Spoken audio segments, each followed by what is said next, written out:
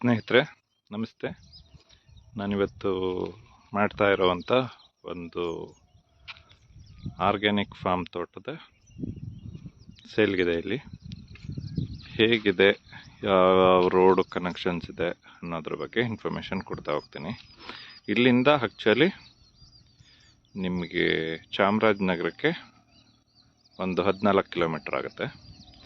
ನಂಜನಗೂಡಿಗೆ 30 kilometre ಆಗುತ್ತೆ. ಮೈಸೂರಿಗೆ 50 kilometre ಆಗುತ್ತೆ. ಮತ್ತು ಬೆಂಗಳೂರಿಗೆ 185 ಕಿಲೋಮೀಟ್ರ್ ಆಗುತ್ತೆ. ನೀವು ನೋಡ್ತಾ ಇರ್ಬೋದು, ಈ ರಸ್ತೆ ಏನಿದೆಯಲ್ಲ, ಇದು ಚಾಮರಾಜನಗರದಿಂದ ಹರ್ವೆಗೆ ಹೋಗ್ತಾ ಇರೋಂಥ ರಸ್ತೆ. ಸೊ ಇಲ್ಲಿಂದ ಆ್ಯಕ್ಚುಲಿ ಒಂದು 200 ಮೀಟ್ರು ಮಡ್ ರೋಡಲ್ಲಿ ನಿಮಗೆ ಪಪ್ಪಾಯ ಫ್ಲವರಿಂಗ್ ಆಗ್ತಾ ಇರೋದೆಲ್ಲ ಕಾಣ್ತಾ ಇದೆ.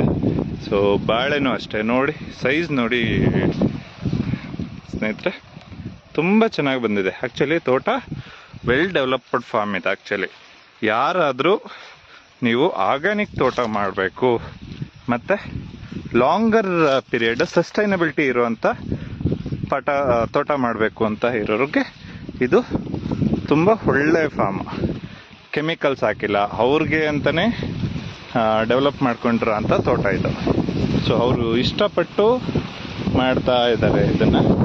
ಬಟ್ ಅನ್ಫಾರ್ಚುನೇಟ್ಲಿ ಅವರು ತಂದೆಗೆ ಸ್ವಲ್ಪ ಪ್ರಾಬ್ಲಮ್ ಆಗಿದ್ದರಿಂದ ಇಲ್ಲಿ ಅವರೇ ಇರೋದು, ಅವ್ರ ತಂದೆನೇ ಇರೋದು. ಸೊ ಈಗ ಅವ್ರ ಮಗ ಏನಿದ್ರು ಅವ್ರಿಗೆ ಆ್ಯಕ್ಚುಲಿ US ಹೋಗ್ಬೇಕಾಗ್ತದೆ. ಹಾಗಾಗಿ ಈ ತೋಟ ನಿಮಗೆ ಬಿಟ್ಟರೆ ಹಾಳಾಗುತ್ತೆ ಅಂತ ಹೇಳಿ ಅವರು ಇದನ್ನು ಸೇಲ್ ಮಾಡೋಣ ಅಂತ ಹೇಳಿ ಮಾಡ್ತಾ ಇರೋಂಥ ತೋಟ. ನೋಡಿ ಸ್ನೇಹಿತರೆ, ನಾನು ಹೇಳ್ದಂಗೆ ಇದು ಒಂದು ಕಂಪ್ಲೀಟ್ ಆರ್ಗ್ಯಾನಿಕಲ್ಲಿ ಮಾಡಿರೋಂಥ ತೋಟ.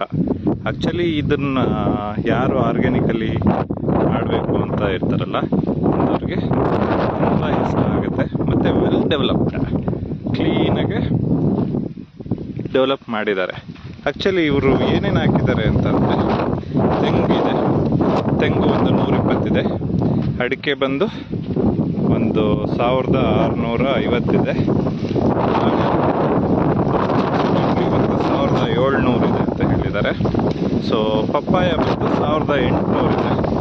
ಮತ್ತು ಕೋಕೋ ಹಾಕಲಿಕ್ಕೆ ಅಂತ ಹೇಳಿ ಮಾಡಿಟ್ಟಿದ್ದಾರೆ, ಮೋರಿಂಗ ಹಾಕಿದ್ದಾರೆ. ಸೊ ಇದು 5 ಲೇಯರ್ಸ್ ಫಾರ್ಮಿಂಗ್ ಅಂತ ಹೇಳಿ ಸುಭಾಷ್ ಪಾಳೇಕರ್ ಅವರ ಡಾಕ್ಟರ್ ಸುಭಾಷ್ ಪಾಳೇಕರ್ ಅವರ 5